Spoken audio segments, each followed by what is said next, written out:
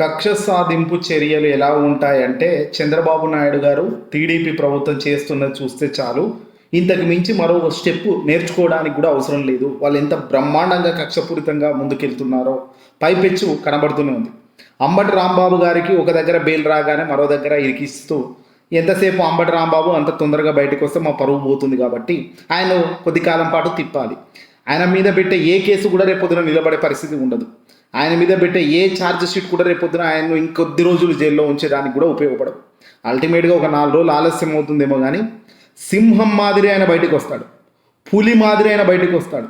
ఆయన బయటకు వచ్చినాక మాత్రం ఖచ్చితంగా తెలుగుదేశం పార్టీని కానీ చంద్రబాబు నాయుడు గారిని కానీ చంద్రబాబు నాయుడు గారు కొట్టించిన విధానం కానీ మొత్తం ఆయన బయట పెడతాడు. పోలీస్ స్టేషన్లో ఏం జరిగింది ఏంటి అని. ఏదేమైనప్పటికీ కూడా వాస్తవాలు దారుణంగా కప్పిపూస్తూ అన్యాయపు చర్యలు చేస్తున్న ప్రతి ఒక్కరికి నిజంగా బాధాకరం. గవర్నమెంట్ అనేది ఈ తరహా వ్యాఖ్యలు చేస్తున్న వ్యక్తులకు ప్రోత్సహించడం.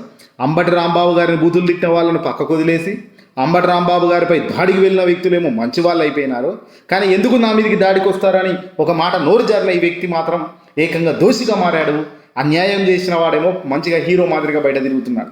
ఏదేమైనప్పటికీ కూడా అధికారం, కాలం అన్నీ సమాధానం చెప్తూనే ఉంటాయి. మంచి వాళ్ళకు మంచిగా అదృష్టం వస్తుంది, చెడ్డ వాళ్ళకు చెడ్డగానే టైం వస్తుంది అన్నది ఖచ్చితంగా గుర్తుపెట్టుకోవాల్సిన అంశం.